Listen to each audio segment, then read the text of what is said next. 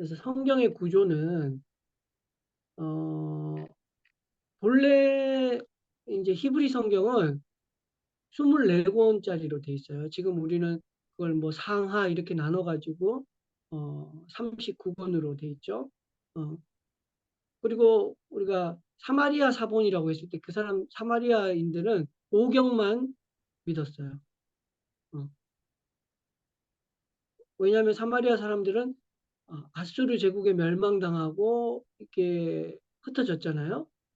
그러니까 혈통적으로나 또 종교적으로나 이렇게 멸시받는 그런 민족인데 그 뒤에 이제 뭐 열왕기나 역대기나 이런 데 보면 다윗 성격이 다윗을 중심으로 하는 얘기들이 많잖아요. 그러니까 이게 유다 남유다 쪽의 이야기가 많기 때문에 그거는 자기들이 배제해 버리고 어, 그냥 오경만 믿는 거죠. 그래서 오경만을 경전으로 인정하는 거고. 그래서 우리가 지금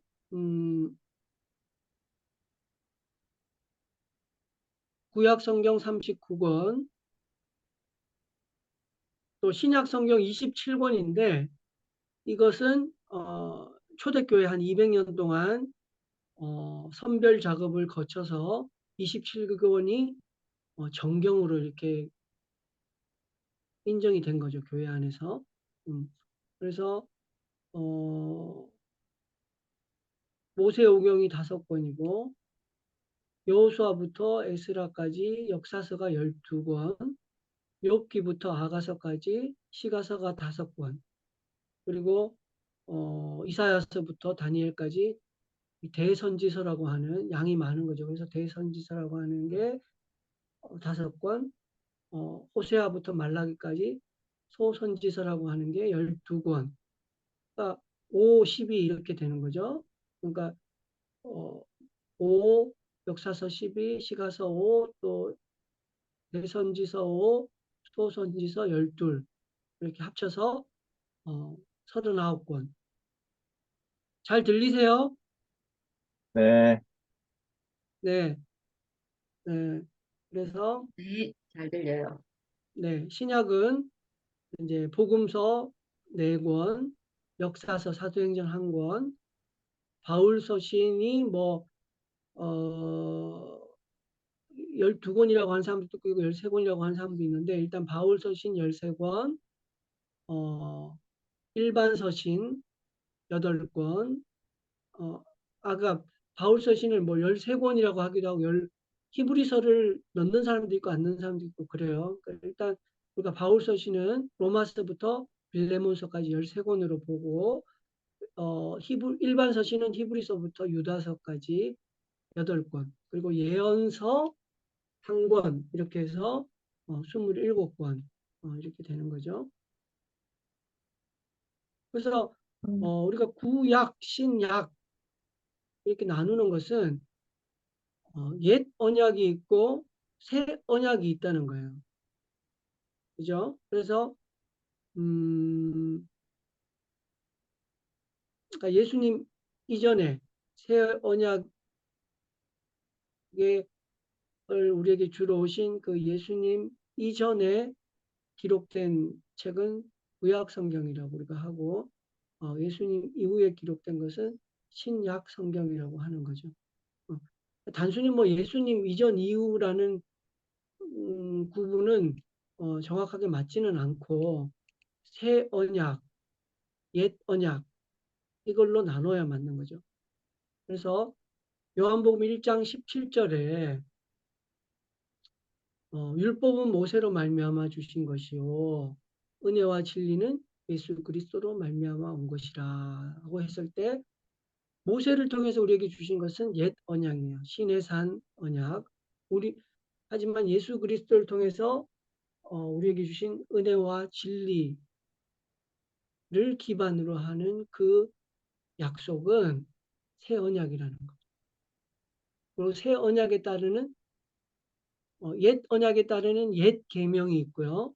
새 언약에 따르는 새 계명이 있다는 거죠. 그래서 요한복음 13장 34절에 새 계명을 너희에게 주노니 서로 사랑하라. 내가 너희를 사랑한 것 같이 너희도 서로 사랑하라. 예수님의 계명은 새 계명은 사랑하라라는 말로 압축되고 대표될 수 있다는 거죠. 또 바울이 빌립보서 3장 9절에 내가 가진 의는 율법에서 난 것이 아니다. 그러니까 옛 언약하고 나는 상관없다. 오직 그리스도를 믿음으로 말미암은 것이니 믿음으로 하나님께로서 난 의라. 로마서 3장 28절에 그러므로 사람이 의롭다 하심을 얻는 것은 율법의 행위에 있지 않고 믿음으로 되는 줄 우리가 인정하노라. 자, 그렇다고 해서 옛 언약이 없어졌느냐? 그건 아니라는 거죠. 로마서 3장 31절에 그런즉 우리가 믿음으로 말미암아 율법을 폐하느뇨 그럴 수 없느니라 도리어 율법을 굳게 세우느니라. 이 말은 우리가 율법도 지켜야 된다는 의미가 아니라 율법의 1.1획도 없어지지 않아요. 세상 끝날까지 이 율법이 남아 있어서 살아 있어서 사람들을 심판하는데 쓰임 받을 거예요. 그래서 우리가 옛 언약 안에 있으면 심판받는 거예요. 그 율법이 우리의 죄를 낱낱이 드러내서 결국은 우리가 죄인으로 드러나고 하나님의 진노에서 벗어날 수 없게 되는 거죠. 그래서 세상이 멸망할 때 우리도 함께 멸망하는 거예요. 그 불못에 던져지는 거예요. 그렇지만 우리가 그 옛 언약에 있지 아니하고 새 언약, 예수 그리스도께서 우리의 모든 죄를 용서해 주시고 우리가 그 하나님의 언약 안에 새 가족으로 편입됐다는 이것을 믿는 사람은 새 언약의 자손이라는 거예요. 그래서 율법은 모세로부터 말미암았고 은혜와 진리는 예수 그리스도로부터 말미암았다. 그래서 율법이 폐기된 것은 아니다. 그죠? 그래서 모세 율법은 사람이 자기 죄를 깨닫고 하나님이 보내시는 메시아를 믿어야 한다는 내용으로 되어 있어요. 아까 내가 다윗 얘기도 했지만 이 구약 성경을 묵상하면 그러니까 모세 오경으로 대표되는 이 구약 성경을 묵상하면 예수님을 알게 된다는 거죠. 그래서 다윗이 예수님을 알았던 거예요. 예수님이 아직 안 오셨지만 하나님이 보내실 메시아가 오시는구나. 그분이 예수 그리스도구나. 뭐 이름은 몰랐을지 몰라도 그 메시아에 대해서 예수님의 존재에 대해서 알고 있었던 거예요. 그래서 그리스도의 몸된 교회는 모세 율법을 굳게 세워요. 모세 율법을 폐하는 게 아니라 그래서 예수님도 요한복음 5장 46절에 모세를 믿었더라면 또 나를 믿었으리니 이는 그가 나에게 대하여 기록하였습니다. 이렇게 말씀하셨어요. 그러니까 모세 율법을 읽으면서 예수 그리스도를 발견할 수 있어야 모세 율법을 제대로 읽은 거예요. 그래서 하나님은 사랑의 하나님이실 뿐만 아니라 공의의 하나님이세요. 그래서 우리가 십자가를 제대로 이해하려면 율법을 알아야 돼요. 아니 어떻게 사랑의 하나님이 자기 아들을 독생자를 그렇게 십자가에 못 박을 수 있나. 사람들이 의아해하는 거예요. 하나님이 너무 거룩하시고 죄를 용납하실 수 없는 분이기 때문에 이 세상에 그 죄를 감당할 존재가 없는 거예요. 그 죄값을 치를 만한 대신할 만한 뭐가 없는 거예요. 그러니까 죄 없으신 하나님께서 인간의 몸으로 태어나셔서 인간의 몸으로 오셔서 우리 죄를 대신해서 죽는 방법, 이 유일한 방법밖에 없는 거예요. 우리의 죄를 용서해 주실 수 있는 방법이. 그래서 십자가에서 예수님이 하나님의 어린 양으로 대속물로 돌아가시는 거예요. 여기에 십자가에서 하나님의 공의가 나타나는 거예요. 우리가 이 십자가를 보면서 하나님 감사합니다라는 그런 은혜와 사랑을 느낄 뿐만 아니라 하나님을 향한 그 두려움을 느껴야 되는 거예요. 아니 자기 아들도 어, 저렇게 죄의 대속물로 받으시고 죽이실 수 있는 분이 이 세상과 그냥 이 창조물인 이 피조물인 이 세상과 흙으로 만든 우리 인간은 정말 토기장이가 그릇 잘못 만들었네 깨는 것처럼 아무것도 아니라는 거예요. 단지 우리가 하나님의 형상대로 만들어졌고 사고할 수 있고 하기 때문에 불만을 표시하고 막 정말 가증스럽게도 우리가 하나님을 막 판단하고 하는 거지만 정말 이 하나님 보시기에 이 세상은 그냥 훅 불면 날아갈 먼지와 같은 거라는 거죠. 근데 그렇게 없애버려도 아무렇지도 않는 이 세상을 인간을 하나님이 비교할 수 없는 하나님이신 예수님을 대신 죽여서라도 살려야겠다고 우리를 향한 그 하나님의 사랑을 보여주신 거예요. 우리가 아직 죄인 되었을 때에 그 사랑을 우리에게 보여주시고 우리에겐 단지 그것을 믿으라고 하는 거예요. 받아들여라. 하나님이 베풀어 주신 이 은혜와 사랑을 받아들이라는 거예요.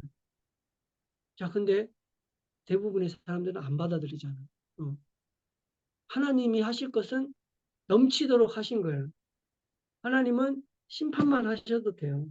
근데 심판하지 않으시고 이 세상에 구원할 방법을 알려주셨잖아요. 마치 노아 시대 때 세상에 죄악이 가득 차가지고 멸망시킬 수밖에 없는데 어, 방주를 마련하시고 그 안으로 들어와라 라고 계속 몇백 년 동안 부르시는 거예요. 지금 우리가 그 시대라는 거죠. 예수님이 그 구약에 예언된 메시아가 이 세상에 오셔서 자기의 사역을 다 마치고 죽으실 뿐만 아니라 부활하셔서 우리한테 소망을 주신 거예요. 자, 우리가 육체가 죽어도 다시 살아날 수 있다는 거죠. 그리고 승천하시면서 너희가 갈 하나님의 나라가 있다. 이 세상과 이 땅이 전부가 아니다라는 걸 우리한테 몸소 보여주시면서 다시 오겠다는 약속을 주시는 거죠. 그래서 우리가 그 예수님이 다시 오실 때까지 우리가 할 일은 잃어버린 양을 구하는 거예요. 생명을 구하는 거예요. 그래서 하나님께 돌려드리고 단순히 전도만 하는 것이 아니라 이 사람들이 하나님이 받으실 만한 성숙한 열매로 성숙한 신자로 자라나는 그 일에 우리가 쓰임 받기를 원하시는 거예요. 그래서 우리가 이 사사 바이블을 다른 말로 우리가 성숙 훈련이라고 이름을 붙인 이유는 열매가 익으면 낫을 되는 거예요. 그러니까 이 하나님을 예수님은 하나님이 농부라고 이렇게 표현하셨는데 농부는 덜 익은 거를 따지 않아요. 그리고 씨앗을 낭비하지도 않고요. 그래서 씨를 뿌리면 당연히 익은 열매를 원하시는 거예요. 바로 그때가 추수 때고 세상의 마지막 때예요. 그때 추수되어서 하나님의 곳간, 하나님의 나라, 천국에 들어가느냐 아니면 추수되지 못하고 성숙하지 못해서 이 땅에 남아서 성숙함을 이룰 때까지 남아 있을 것이냐. 그것 역시 우리가 선택의 몫이라는 거죠. 그러니까 나는 구원만 받으면 돼. 이런 것이 통하지 않는 정말 말도 안 되는 고난과 고통과 또 그런 어두운 데서 이를 갈미 있으리라라는 그 표현처럼 아주 혹독한 그 대가가 있다는 거죠. 그래서 우리의 목표가 예수님을 믿고 주님과 동행하다가 주님께 가는 거예요. 주님을 만나는 거예요. 주님이 다시 오실 때 착하고 충성된 종아라고 칭찬 듣는 것이 우리 목적이지. 나는 이만큼만 할까? 나는 이거 그냥 묻어놓고 주님이 다시 오실 때 나 하나님 믿었어요 라고 하는 것이 아니라는 거죠. 생명의 현상인 거예요. 우리가 믿음으로 믿음에 이르는.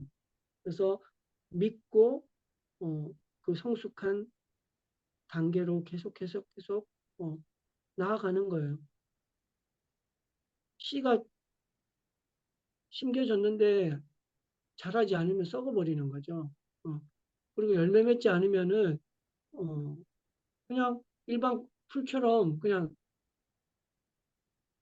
취급받는 거예요.